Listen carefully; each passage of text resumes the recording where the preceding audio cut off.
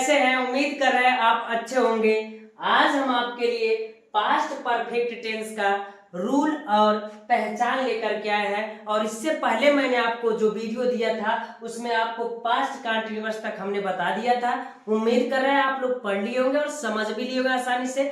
और आज हम आपको पास्ट परफेक्ट टेंस बताएंगे। और इससे पहले मैंने आपको प्रेजेंट परफेक्ट टेंस बताया था।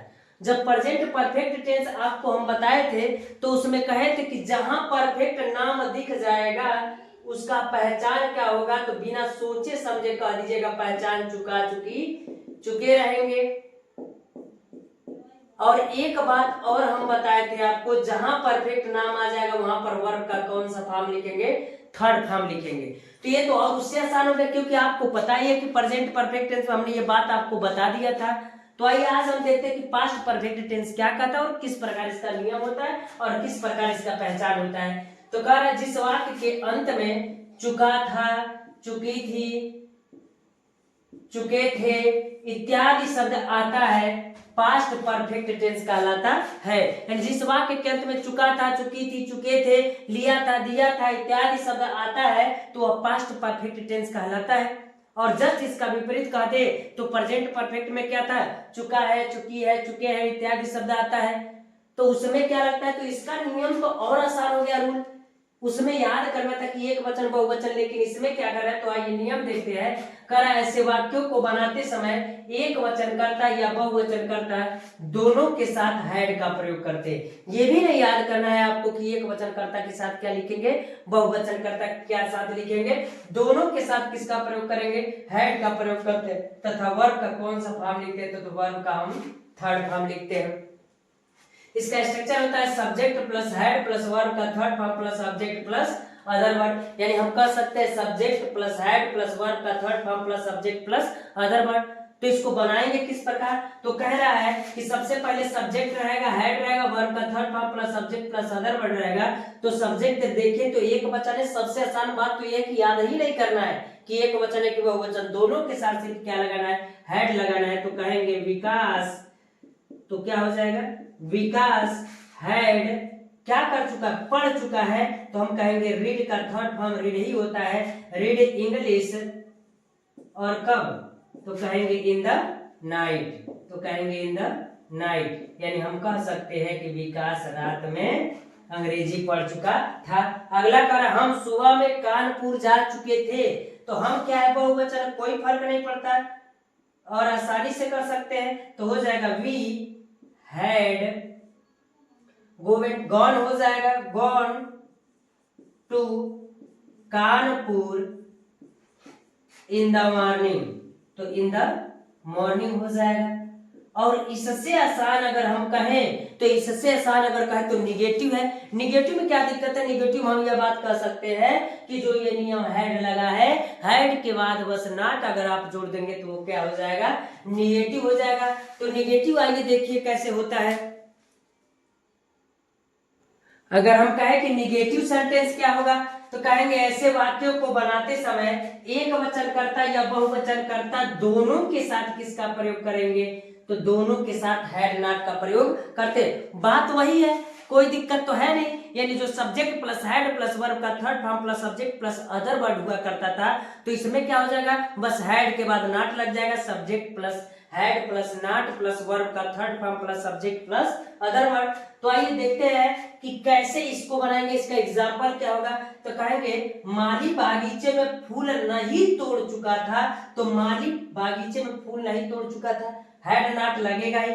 माली का होता है गार्डनर, तो कहेंगे the gardener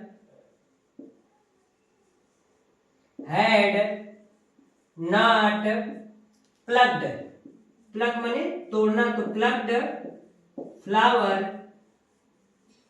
in the garden, तो कहेंगे इन द गार्डन। अगला कह रहा है कि हम विद्यालय में उपन्यास नहीं लिख चुके थे। तो हम कहेंगे वह वचन है तो कोई फर्क नहीं पड़ता, तो हम कहेंगे we had not written novel in the school. तो हम कहेंगे in the school, full stop. अगर हम विद्यालय में उपन्यास नहीं लिख चुके हैं तो we had not written novel in the school, इस प्रकार निगेटिव हो जाएगा। अब अंतर अगर मान लीजिए कि अफर्मेटिव भी हो गया, निगेटिव भी हो गया, अगर कोई आपसे इंट्रोगेटिव यस नो पूछता है तो यस नो वाला कैसे होगा, तो बस हैड यहां से उठ करके सबसे पहले आ जाएगा। तो आइए हम इंट्रोगेटिव यस नो वाला हम क्या करते हैं, देखते हैं। अगर हम आपसे कहें इंट्रोगेटिव सेंटेंस यस नो वाला होगा तो कैसे होगा, और इससे पहले भी हमने आपको बता दिया है कि अगर इंट्रोगेटिव सेंटेंस यस नो वाला होगा तो उस स्थिति में यह समझ जाइएगा कि उस क्वेश्चन का जवाब हम यस या नो में दे सकते हैं। अगर डिटेल वाला होगा तो उसका जवाब हम यस नो में नहीं दे सकते, हमको डिटेल में देना पड़ेगा।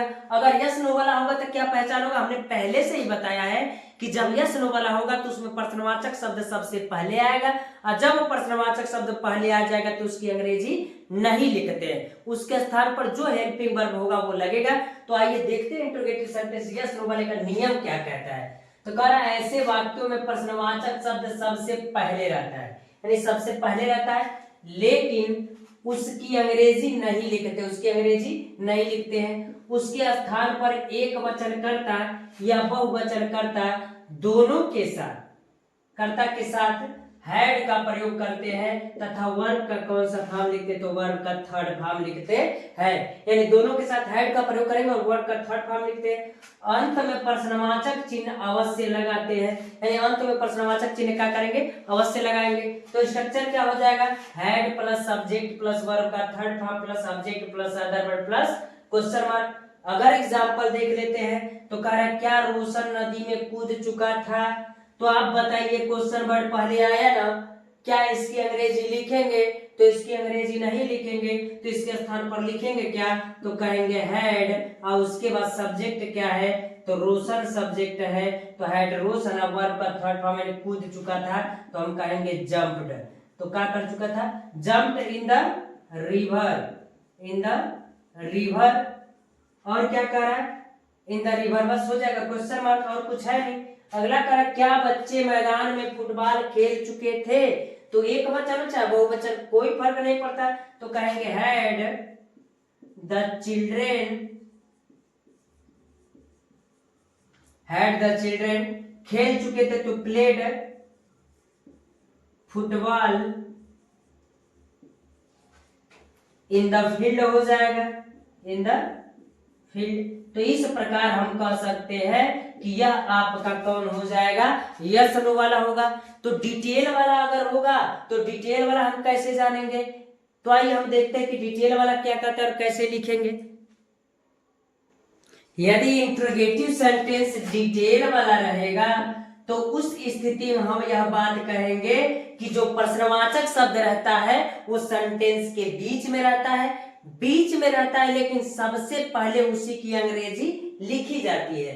तो इसका अंग्रेजी, इसका नियम देखिए क्या क्या कह रहा है, ऐसे वाक्यों में प्रश्नवाचक शब्द बीच में रहता है लेकिन उसकी अंग्रेजी सबसे पहले लिखते हैं, और बाकी सारा नियम क्या है, यस नो वाला ही है। हम यस नो वाला इसलिए लिख देते हैं कि ज्यादा बड़ा नहीं होगा वीडियो, इसलिए अगर हम कहें इसको अगर हम बंद कर लेते तो आप देखिए यस नो वाला है कि नहीं, तो बस इसी के आगे क्वेश्चन वर्ड सबसे पहले लिख देना है तो आपका डिटेल वाला हो जाएगा। यानी इसका जवाब हम डिटेल में देंगे, डिटेल में दे पाएंगे, डिटेल में ही दे पाएंगे, यस नो में नहीं दे सकते। जैसे तुम रात में पत्र क्यों लिख चुके थे, तो कह दोगे यस, नहीं, हम ये कहेंगे क्यों लिख चुके, तो बताइए कि बीमार था, चाहे कुछ भी कारण बताइए जिससे वो लिख चुका था, यानी कोई भी कारण था कि पहले लिख चुका था, ठीक है। तो कह रहा कि आइए बना के देखते हैं, अध्यापक कक्षा में इतिहास कहाँ पढ़ा चुके थे। अगर इसका स्ट्रक्चर देख लीजिए एक बार, तो question word plus had plus subject plus verb का third form plus subject plus other word plus question mark. तो कह रहा है अध्यापक कक्षा में इतिहास कहाँ पढ़ा चुके थे, तो कहाँ आया इंट्रोगेटिव सेंटेंस में, अगर कहे कि इंट्रोगेटिव वर्ड अगर कह दे, प्रश्नवाचक शब्द अगर कह दे, तो ये है, तो सबसे पहले इसी की अंग्रेजी क्या हो जाएगी, वेयर द टीचर, तो वेयर द टीचर हो जाएगा।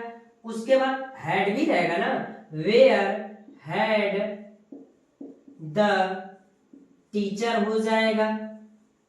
उसके बाद क्या कहेंगे, पढ़ चुका था, पढ़ा चुके थे, तो टाट हो जाएगा, टाट हिस्ट्री, तो हम कहेंगे हिस्ट्री भी हो जाएगा। अब कह रहा है इन द क्लास, तो कहेंगे इन द क्लास। और आपको पता है कि सर अंतिम में हम क्वेश्चन मार्क जरूर लगाएंगे। अगला देखिए, तुम रात में पत्र क्यों लिख चुके थे, तो हम कहेंगे तुम रात में पत्र क्यों लिख चुके थे, तो हम कहेंगे सबसे पहले क्यों की अंग्रेजी लिखेंगे तो कहेंगे वाई, और उसके बाद से हैड यू, और लिख चुके थे तो रिटेन हो जाएगा। तो रिटेन को अगर हम लिखे तो रिटेन लेटर, और इन द नाइट, तो इन द नाइट भी हो जाएगा। और आपका अंतिम में क्या लगेगा तो कहेंगे क्वेश्चन मार्क लगेगा। और इसका जवाब आप दीजिए, किसका आंसर क्या होगा कमेंट बॉक्स में दीजिए। अगर आपको यह वीडियो समझ में आ रहा है तो वीडियो को लाइक कर दीजिएगा और सब्सक्राइब भी कर दीजिएगा चैनल को, और आप बेल आइकन भी दबा दीजिएगा, जिससे आपको वीडियो पाने में कोई समस्या न हो, आसानी से आप तक वीडियो पहुंच जाए। आज के लिए इतना नहीं देते प्यारे बच्चों, धन्यवाद।